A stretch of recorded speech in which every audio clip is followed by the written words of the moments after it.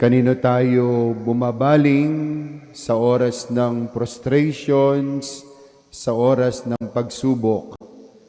Kanino tayo tumatakbo kapag tayo ay down na down sa ating buhay? Mga kapatid, ang ebanghelyo sa araw na ito ay karugtong ng ebanghelyo kahapon, kung saan ang ating Panginoong Jesucristo ay nakakaranas ng rejection, ng pagsubok sa kanyang pangangaral na dahil sa kawalan ng paniniwala ng mga tao, dahil sa kawalan ng pagbabagong buhay ng mga tao.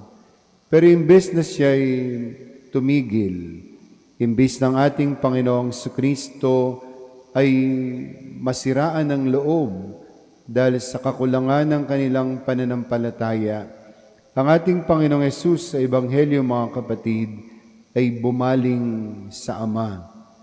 Siya'y sa Diyos nakipag-usap, nagpasalamat sa Diyos at pinuri ang Diyos. Anong sabi niya? Pinasasalamatan kita, Ama, Panginoon ng langit at lupa, sapagkat inili mo mga bagay na ito sa marurunong at sa matatalino, at inihayag mo sa kalooban na may kalooban tulad ng sa bata.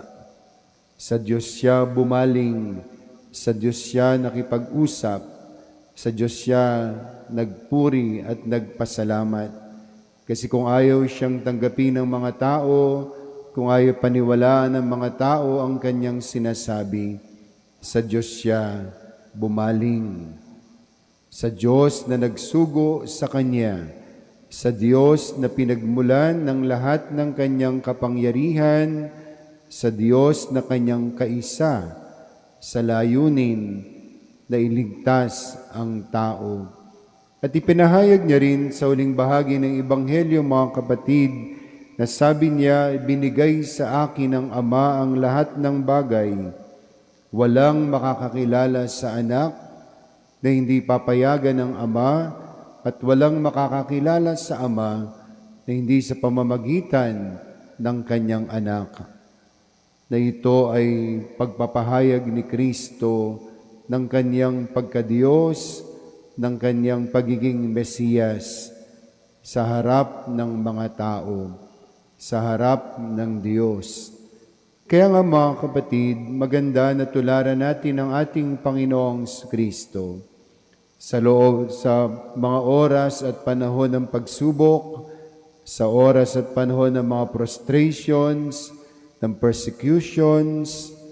Sa Diyos tayo lumapit, sa Diyos tayo bumaling, sapagkat siya ang ating mapagmahal na Diyos. Sa Kanya tayo kumuha ng lakas, sa Kanya tayo magpasalamat sa lahat ng napakaraming biyaya na pinagkakaloob sa atin.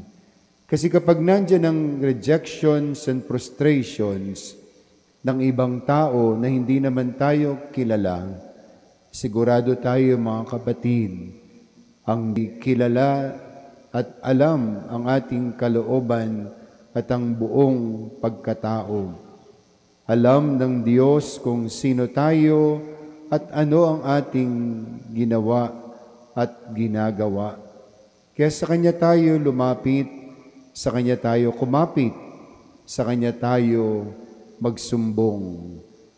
Kapag ang Diyos ay panig sa atin, kapag ang Diyos ay nasa atin, katulad ng sinasabi ni San Pablo, walang pwedeng sumira sa atin, sapagkat ang Diyos ang ating tagapagtanggol, sapagkat kasama natin ang Diyos sa buhay na ito at hanggang sa buhay na walang hanggan. At hindi ba dyan din tayo, mga kapatid, dinadala, sinasamahan ng mahal na Birhen sa kanyang anak na si Jesus, sa ating Diyos na mapagmahal at mapagpatawad.